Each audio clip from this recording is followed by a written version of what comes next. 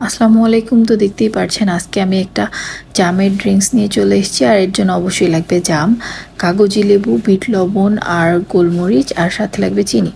এখন ভাবছেন এগুলো আমি ব্লেন্ডারের মধ্যে এভাবে দিয়ে দেবো না, এরকম একটা হামানদিস্তার লাঠি দিয়ে আমি এর মধ্যে যে দানা থাকে দানাটাকে আলাদা করে নিব। আপনারা যেভাবে ইচ্ছা আলাদা করে নিতে পারেন। এখন যতটুকু জাম লাগবে এই যে তার দানাগুলো আমি আলাদা করে নিয়েছি। আর এখন এবার ব্লেন্ডারের জগের মধ্যে নিয়ে নিচ্ছি। সাথে আমি কাগজি লেবুটা চিপড়ে দিচ্ছি, এতে করে জামের যে কষ্টটা সেটা একটু কম লাগবে। আর বিট লবণ, আর এখানে আমি একটু চিনি এড করেছি, আপনারা চাইলে চিনিটা স্কিপ করতে পারেন। আর দিয়ে দিচ্ছি কিছুটা পানি, দিয়ে আমি সামান্য ব্লেন্ড করে নিব। এই যে দেখতে পাচ্ছেন এরকম একটা সারফেস চলে আসবে। আর এখন আমি 1 গ্লাস পরিমাণ পানি এখানে দিয়ে দিচ্ছি, দিয়ে আবারও ব্লেন্ড করে নিচ্ছি। এখন একটা জামকে কেটে জাস্ট আমি একটু ডেকোরেশনের জন্য একটু অ্যাট্রাকটিভ লাগবে দেখতে, তার জন্য আমি দিয়ে দিয়েছি এটা। তো এই যে আর দেখতেই পাচ্ছেন যে আমার কালারটা মাশাআল্লাহ ন্যাচারালি কত সুন্দর একটা কালার চলে আসছে।